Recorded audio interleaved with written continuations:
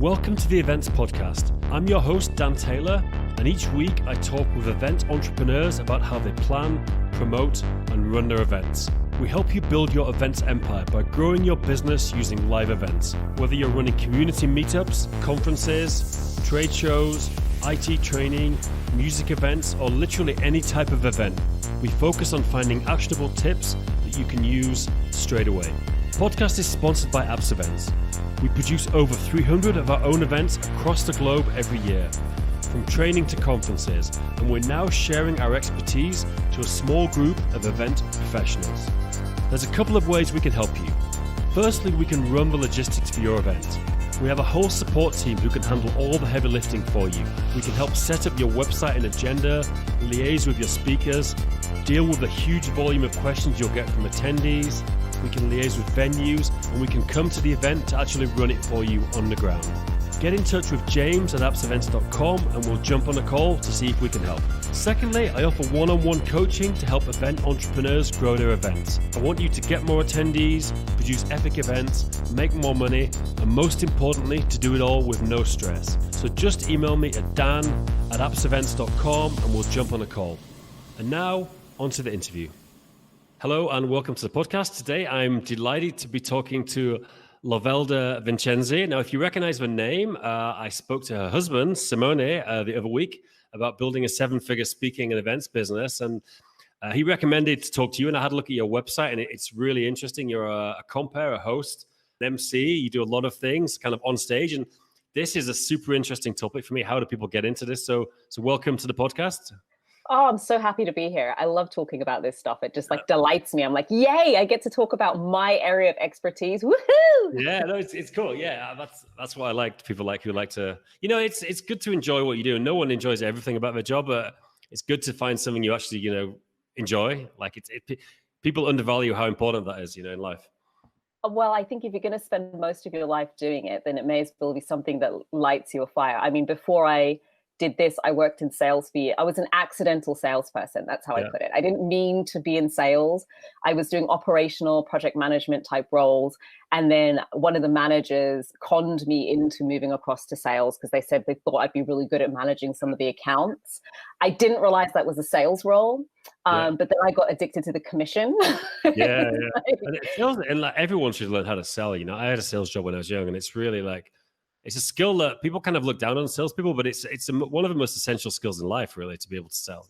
I think if you've got to learn sales and you've got to learn money, and I think if you want to be in business and you are scared of sales or you don't know how to manage money, you are going to struggle. Even if you have success, like the number of business owners, so much money flows through their hands, and each month they may as well be in a job where there's more month at the end of the money. It just doesn't matter. Like it doesn't matter. The money doesn't go far enough until you can master those two things. So definitely cash flow and and when you're an entrepreneur, you've just got to save money. So you've got to have that.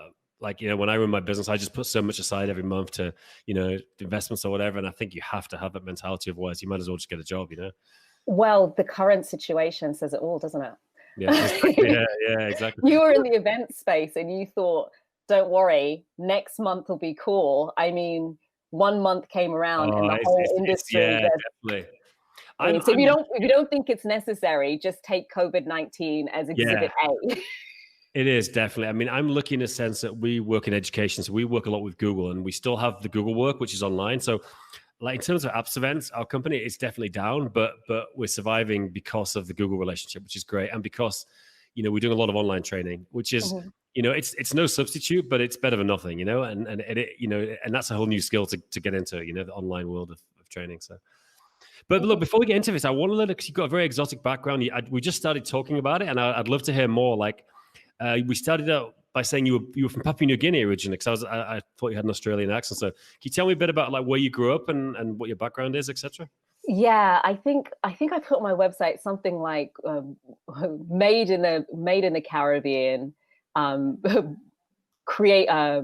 Refined in the South Pacific, and mastered in the United Kingdom is probably the best way of putting it. So my family's originally from the Caribbean, from a tiny group of islands called the Turks and Caicos. Oh yeah, I sure. tell people, don't ask me too much. It's a very beautiful city, very beautiful country. I left when I was 3. Yeah. I can't make any recommendations. My accent sounds nothing like that. So I go home and they don't believe I'm from there. They think I'm a fraud. But then we moved to the South Pacific, total other side of the world. Why did you move? Did your parents get work down there or something? My father was an avionics engineer, and my mother found a job for him in the Solomon Islands. Like, she knew where that was. So, he went over, culturally completely different. So he told my mother nothing. And then she trepped over a few months later, I think it was, with me and my baby sister. I've got 2 sisters. The third was born in Papua New Guinea. But my first school was an American missionary school. My next 2 schools were international schools. So because of the proximity of Papua New Guinea to Australia, a lot of my teachers were Australian or New Zealanders, hence the twang. And then by the time I moved to the UK, nothing would stick. So I don't even sound British, really. Why did you come to the UK? Papua New Guinea got a bit dangerous. Really? Yeah, there was some shooting out at the airport. And I think at that point, my mum was like, I think it's time we leave. If people can get onto the tarmac at the airport and shoot up a plane, I think it's now time that we go somewhere else. So just the political situation and it was getting a bit too dangerous. My mother wasn't comfortable anymore. So she got online again and found my father a job. This time it happened to be in... all his jobs, basically. She did. She found him another job. And this time it happened to be in England. So that's where we moved. And I've been living in the UK ever since. Oh, cool. So were you still in school when you came to England then? Yeah, I came when I was, I think I was about 16. So I did my A-levels, my university, like pretty much, I finished my GCSEs. I finished all of my education here in the UK. Right. Oh, cool. And I guess, is it London? Because obviously you're in London now. Is that where you've been living the whole time? Oh, even I didn't stay in one place. That would be too simple. So we moved to Hertfordshire and then Essex. And then I went to uni in Loughborough up in the Midlands. And then I worked for Microsoft for a while. So I was down in Reading because that's where they're based. And then I came and moved to London, but they sent me to Bristol for a year. And then when I came back to London, it's pretty much where I've settled. So I've been in London most of my adult life. Right. And then up until sort of my early 20s, I was kind of like all over the place. Like every year I was just moving. Yeah, it's cool. I mean, it's good to move around. I think it's. It depends on your personality type. I love it. I've lived in all kinds of places, and even though it's funny, I've got 2 small children now, and just talking to my wife, like we're thinking of going out to Asia. We're doing a lot in Asia now, and I love it there. Like I love like Hong Kong and Thailand and all these countries. So we're thinking we may head out there next year, and just live there for a couple of years. It's not for everybody, but I think you have a very different perspective on the human race and on differences and people. And a much more open understanding. It's kind of as if because you've indulged in so many different cultures, what is true gets moved. I think if you live in the same country the whole time, everybody believes the same thing. And so you all think things are a particular way. But when you've traveled a lot, you're like, nah, they do it totally different. Exactly. And and you see some things that are the same everywhere. Like it's funny because like the world's so American dominated, but Americans have their opinion about all these topics, like lots of things, but this is the only way they know is the American perspective, but then you see the same things but in different countries, but it's always a bit different and some similarities. And I think the more countries you live, you just you don't have this monocultural perspective. You see everything as like, well, I saw it here but it was a bit different, and you can compare it a lot more. And it's different to being on holidays in different places. Like it's a completely different experience to live somewhere for a year or so than it is to holiday there. Because you just I don't care how much you like to get into the local culture. You just do not get the same sense as when you have to go and set up your electricity. And the only way to get that set up is if you buy somebody a crate of beer. True story. You're just waiting ages for the electricity company to set up your electricity. But you go down there with a crate of beer and ta-ra, it's like, this electricity the same day. Papua New Guinea, is it? Yeah. So look, you touched on your work experience because I want to get into like how you got into being a moderator and all this kind of thing and what that is. So what's your work experience? You started working for Microsoft first of all. You said, is that right? So I did I think if I go back, I've always been one of these kids who's loved stages and that sort of stuff. But Yeah. I got conned into thinking that I wanted a corporate career and I wanted to work my way up the corporate ladder. Yeah. My parents had really high ambitions of us. And so I did a degree in accounting and finance and thought I wanted to be an accountant, and then thought I wanted to be some sort of CEO or executive. Yeah. Oh, I'm a CEO now. I just own my own company. Yeah. But, right at the top of the corporate ladder in those sorts of spaces. So my first couple of jobs at Microsoft, I don't even know how I did it. I managed to get myself in a role where I was at uni doing my final year of my degree at the same time that I was traveling around Europe representing Microsoft in a sales and marketing role, mainly marketing. Basically meant I went and said to students, this tech is amazing. Not that I understood any of it. I'm not that technical. I'm talking to developers. I don't even understand the language I'm using. How they hired me over people who understood the products more, I don't know. It probably should have been my clue that I'm reasonably good at communicating. Then I kind of stumbled into sales and, stumbled into operational roles, got conned into doing sales, then got addicted to sales commission. But at the same time this was going on as I was working full time, I'd started speaking on stages because I was coaching and trying to find myself. Like, what do I want to do? Maybe I'll be a coach. Maybe I'll speak on stages. And I would stumble into these roles where I would be hosting. And even really early on when I was doing this, I remember coming off one stage and two people came up to me and said, "How much do you charge?" And it hadn't even occurred to me because I didn't intend to do it. It wasn't connected to your job. This was just like events you were just getting involved in, separate events. Yeah, separate events. And how did you come across these events? Was it stuff you were going to anyway, or like how did that whole thing start? I ended up coming across them because I was on this personal development journey. So I was going to a lot of events. A lot of my friends were starting businesses, so they wanted help with stuff. So it was kind of from my network. I'd get pulled into one event or another. I'd be helping somebody out. They said, "Well, you're really good. Can you introduce people and host?" And I don't know how you do it. It seems like it's really, I couldn't understand why people were raving about this, because to me, I thought, surely everybody can do this. It's not that difficult, keep an eye on time and, have a bit of personality. It wasn't until I started my LinkedIn profile started being picked up by people I didn't know that I started to think, oh, hold on a minute, maybe there's something in this. Because, when somebody links in, they drop you a message and they're like, "Oh, we'd really like to work with you." And I'm looking to see how we're connected because I'm thinking, I don't know you. So I'm looking and there's zero connection. So it's not easy. So it has to be a pure search on LinkedIn, nothing else, and something in my profile captured their attention. So after this happened 3 times, I thought, this is no accident. This is really no accident. And when I do them, I'd get such raving feedback. And I think the first time I watched other people do what I do, I then got to see the skill. So I was doing an event in Paris. And because normally I'm the only host, people don't normally hire a lot of hosts. Yeah. But the way this event was, they had about 4 or 5 of us because it was so intense. The sessions were an hour and a half each, split into 3 20-minute sessions, most of which were panel discussions. So no one person could have done all of that for 2 days. It's a lot of work. We had 3 sessions each, and those sessions covered about 25 to 30 introductions or people I needed to connect with. So there's no chance you could have done the whole thing.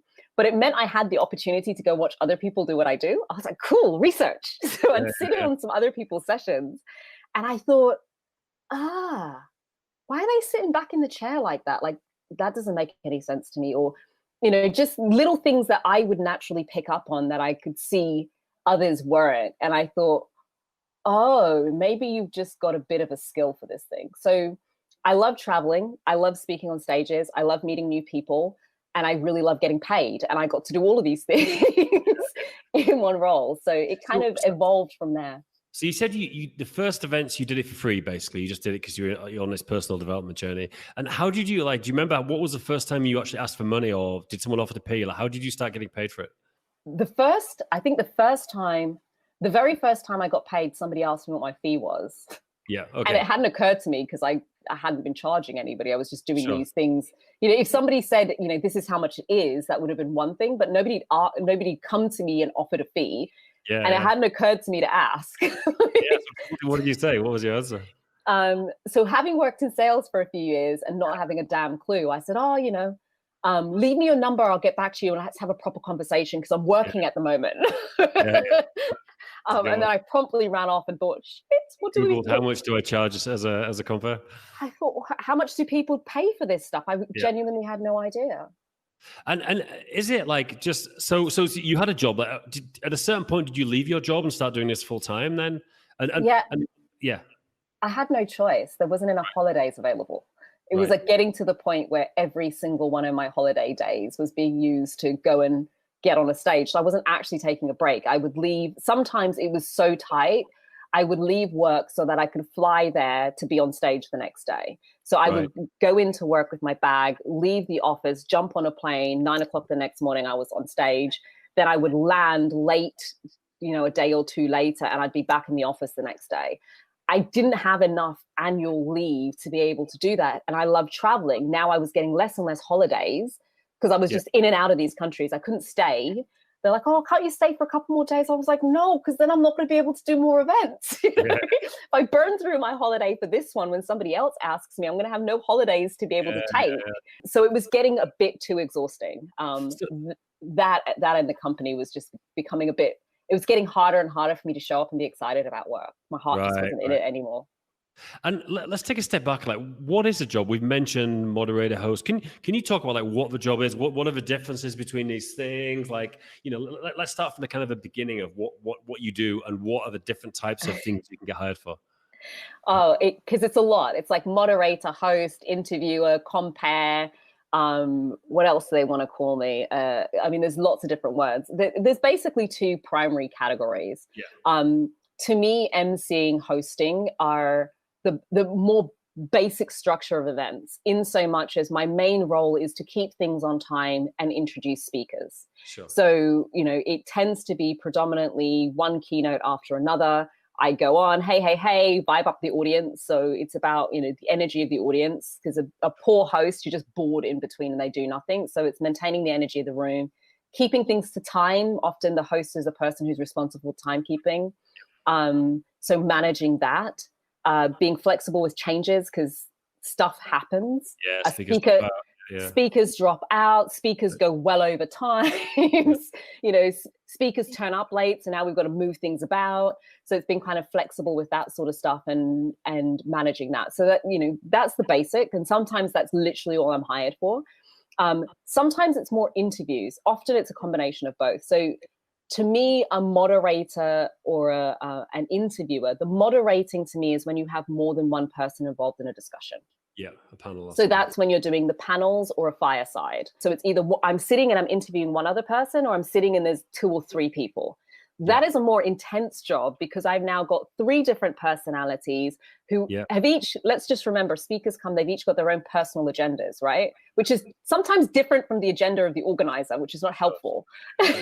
My job is to help them meet their personal agendas whilst maintaining the agenda of the organizer, whilst keeping it entertaining for the audience such that it's fun to listen to. Sure. And I have to do this with people where some people are really talkative, some people are really quiet, some people are going to give long answers. You ask them a question 15 minutes later, they've wrapped it up, and you just think, really?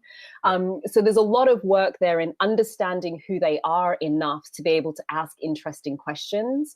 So there's a lot of research that happens beforehand with those to pull those questions together, to prep them. Some people have been on stages a lot, some not so much, because they may be representing a company. Now you're at the side of the stage and you're also a counselor.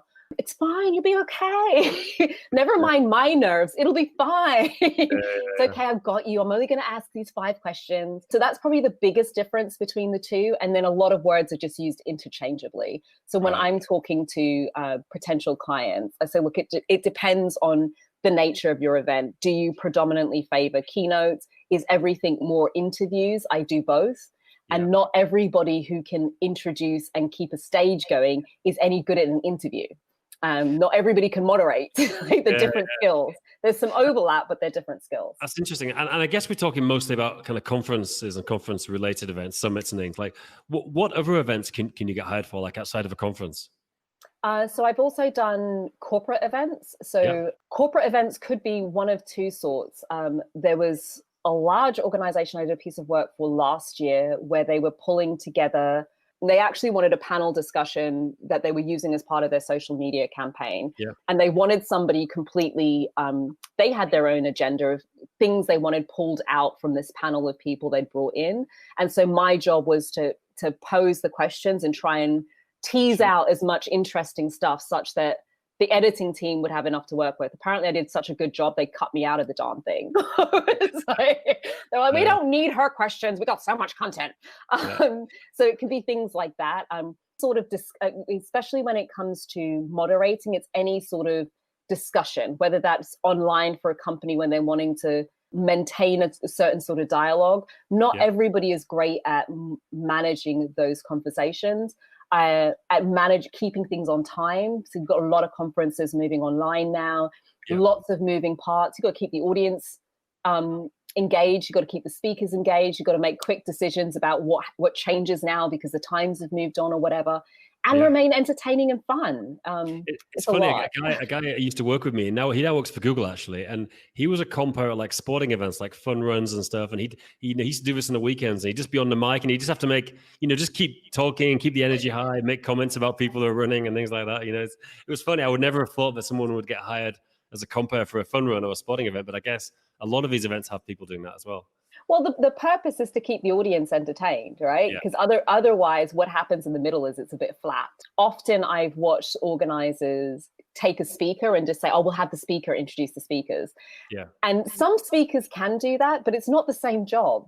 So often what happens, the speaker is used to showing up, and I don't want to say it's all about them, but actually they're showing up as the expert. As a host, I'm not showing up as my expertise is in holding things together, in making sure that everybody's needs are met. So I don't have just one. It's not just the audience. I've got the audience that I've got, that I see as a client. I've got the other speaker who's on the stage. My job isn't to outshine them. It's to help them be the best that they can be. And then I've got the organizer who's actually paying me. Now, if I meet all three of those needs, I've done a pretty good job. Now the organizer's got happy speakers, a happy audience, and their objectives have been met.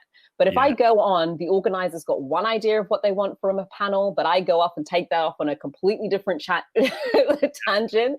They've sold one thing, I've delivered something else. So it's a lot of moving parts. And does that mean you want to really spend time before the event clarifying exactly what's required? I guess that's a really important part, like spending time to be 100% sure that this is what's required of you, I do. Not everybody does, I learned. I do. I do. For me, it's really important that I understand the editorial line an organizer's wanting to take. If you've put 3 people on a panel, you picked those 3 people on that panel for a reason. It wasn't an accident. So you brought one because you think they're going to bring a certain angle. You brought somebody else for a different angle. If I can understand what that is, then when I go and speak to each of the individuals, I can get a deeper understanding of their expertise. And the reason I do that is because it's really uncomfortable to be on stage, ask somebody a question, and have their answer be, I don't know anything about that because it's outside of my zone of genius. Like, it's just outside of my expertise. I don't actually do that really. You just look like a bit of a fool. So I want to be able to have the questions so that everybody can partake because they're coming from slightly different angles. But I also have an understanding of personalities, because if somebody's really quiet and really slow, then I know I need fewer questions. If they're really talkative, I know I need to say up front, listen, I'm probably going to cut you off quite a bit. It's not rude. You tell them beforehand so they're ready for Yes. Because I can't tell them on the stage. That looks bad. I want to be aware of this stuff before I get on the stage, because then somebody knows. I say, look, I may cut you off. It's not rude. I'm doing it because actually I really want to make sure that we can cover as much as possible. So here are some questions. If you can have a think about the core points that you might want to cover in those questions, that's where I think we're going to focus. But just remember, the longer your answers, the less we're going to be able to cover. So I'd like to be able to get across these 3 things, but if you give really long answers, then I'm not going to be able to do that. So it helps them to, well, if I don't, then I'm on the stage and I ask 2 questions. And the audience gets bored after a while. It's not a conversation I'm watching. I'm just watching people do mini speeches.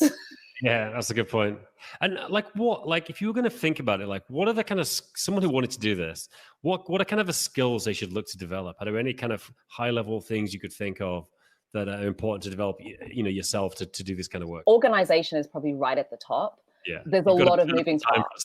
There's a lot of moving parts, and often I'll show up and people think I'm part of the event team. They don't see the difference. So I get asked a lot of questions, or they'll give me an update, but they haven't given the update to the team. So if you just want to be able to know exactly what you're dealing with and to go in, do your job and leave, and you enjoy stages, speak. Do not host, do not moderate. Stuff moves too much. If you're there from start to finish, it's really quite difficult. So you need to be okay with a changing environment and your face not showing it. Right? You've got to be very good at thinking on your toes. Improv is very good for this sort of stuff because you get better at being able to think on your toes. Do you have to tell jokes? Is there an element of comedy? Like, do you work on some one-liners and things before you perform?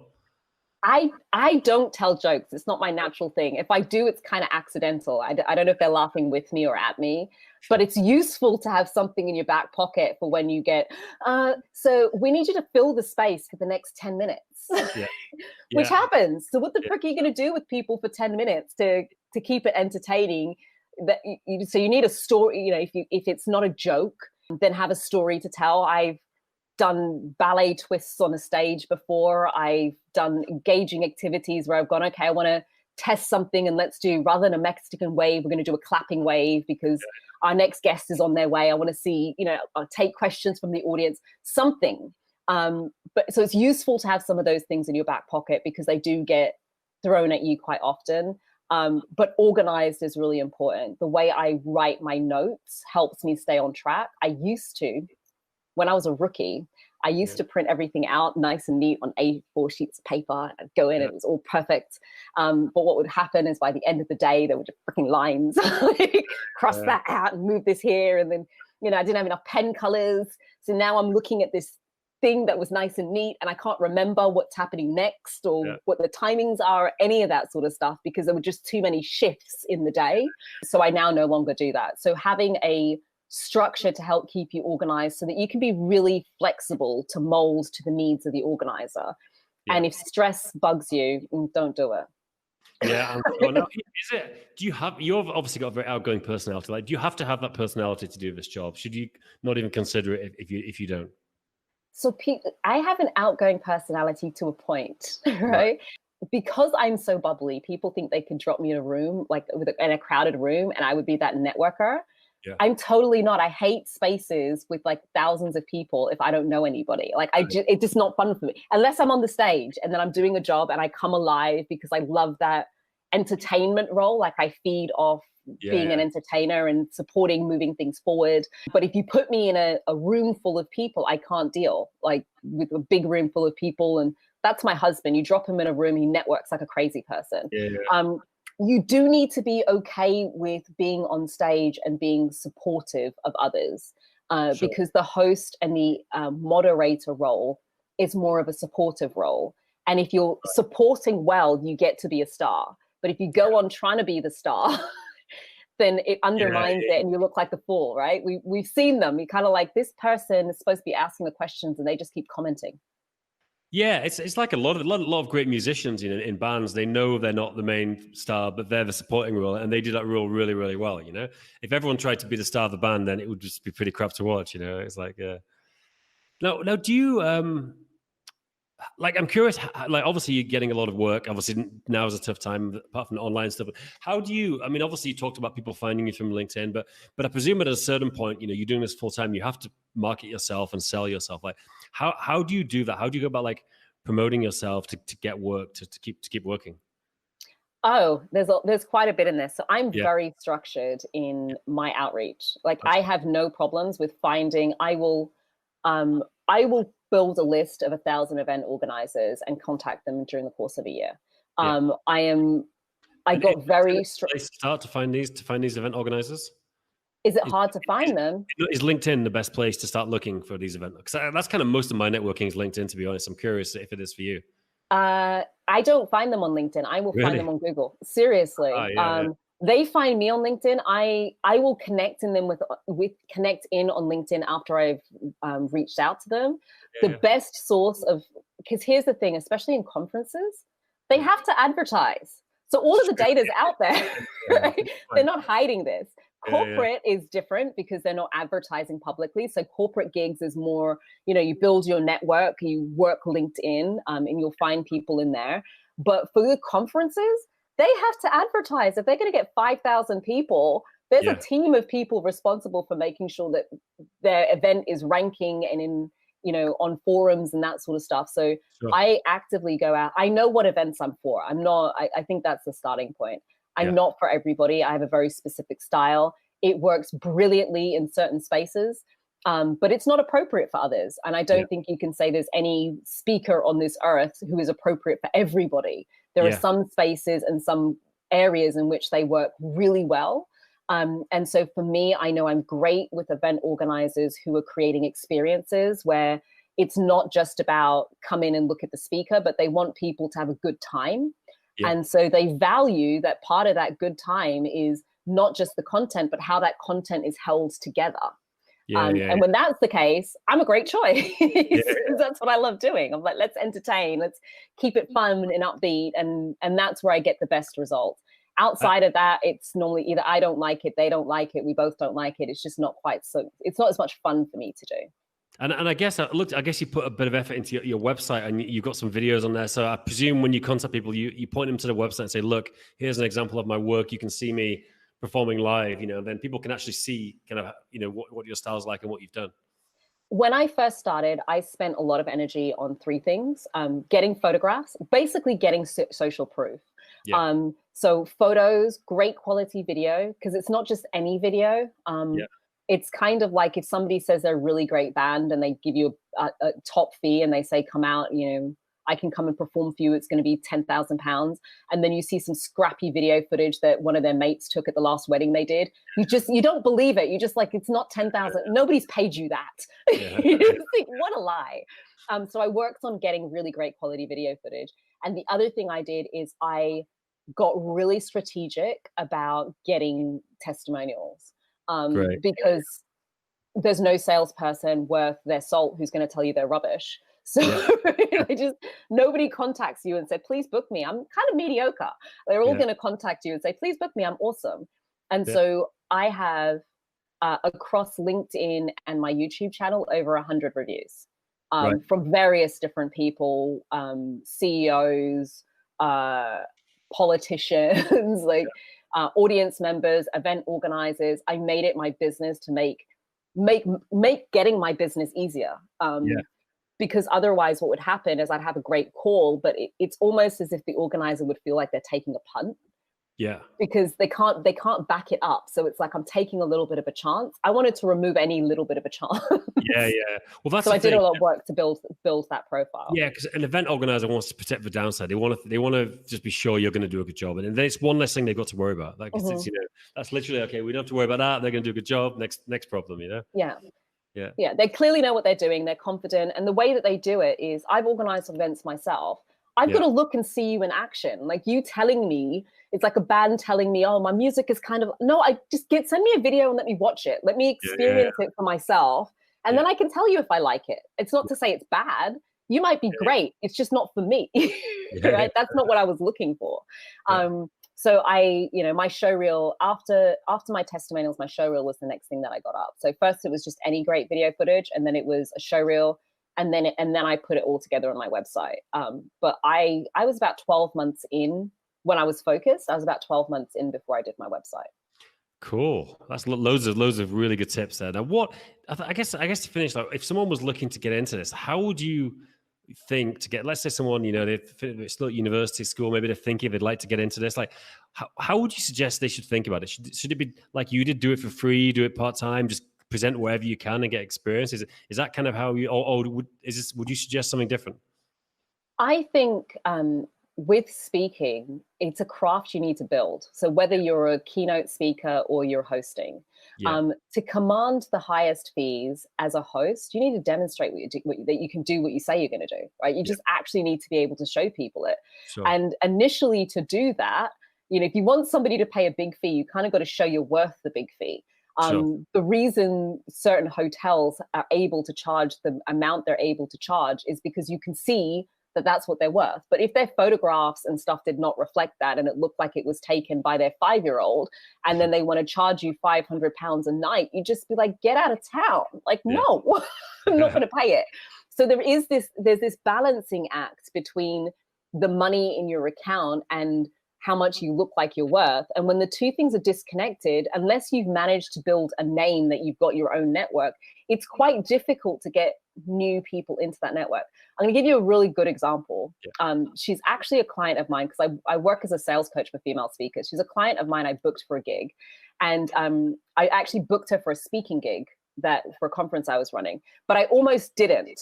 And when I tell you who this woman is and what she's done, it's like insane that we almost did not book her. Because when I Googled her, I couldn't find a thing. I didn't know who she was.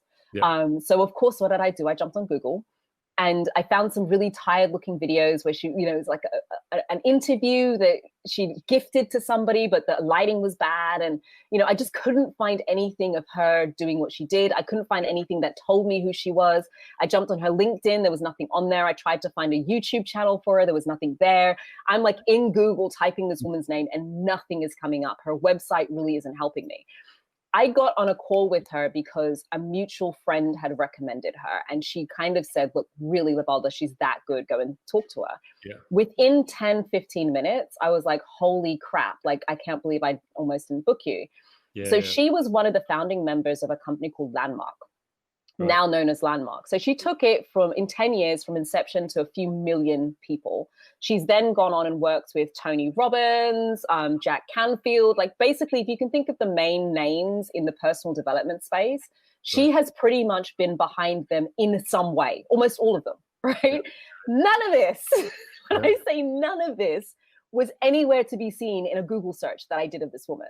That's crazy. So I'm serious, right? So even if you were great at what you do, the challenge she was having was finding anybody outside of her network. So within her network, people who knew her, she was really famous. But for me, I'd never heard of Marsha Martin. I didn't know who the heck she was. So now I'm trying to figure it. And if I'd done the search, I would have probably been wowed straight away and we wouldn't have had that problem. So I ended up working with her because I said, Marsha, is it intentional, babe? Like, did you literally not put any of are you that booked that it's just better for you to stay a good kept secret? Because that's kind of wise. Just working. Am I working too hard? Have I missed something? And she said, I just never quite got around to it. So if you look at her profile now, I worked with her. It's totally different. It says all of the amazing things that she's done, but it just goes to show that when it comes to starting out, do not underestimate the importance of your profile and earning your right, because even those who have got the credentials, if that is not easily found, can end up missing engagements or not getting booked for stuff because you make it so difficult for people to figure out who you are. And organizers are busy. It's not their job to work it out. Like, just make it easy. No, I mean, someone should Google your name and they should see your Instagram, they should see your website, they should see your LinkedIn. You should have all these things like, ready to go. Yeah, but definitely. It's amazing. I work solely with women. It's amazing how many just don't. I Google, I'm kind of going, or what comes up is something different. I just think just have your profile match your expertise and make it your business as you're growing your speaking business to continuously upgrade. Sure. You want to get new photos regularly. You want to get new video footage regularly. You don't want to keep using the same testimonial from 10 years ago. Like if you've been on stage in that 10 years, you could have picked up a fresher one. So, you want to keep making sure that as well as getting really great at your craft, also get really great at the business, because the ones who make money in this industry do both. The ones who struggle have a brilliant craft, but they don't know how to market and they don't know how to sell. Great. Now you said you work with women. Like, is this, are you coaching them just in generally in business, or are you coaching them to do a similar thing to you? Like what this kind of a business, this side of your business, what are you doing specifically?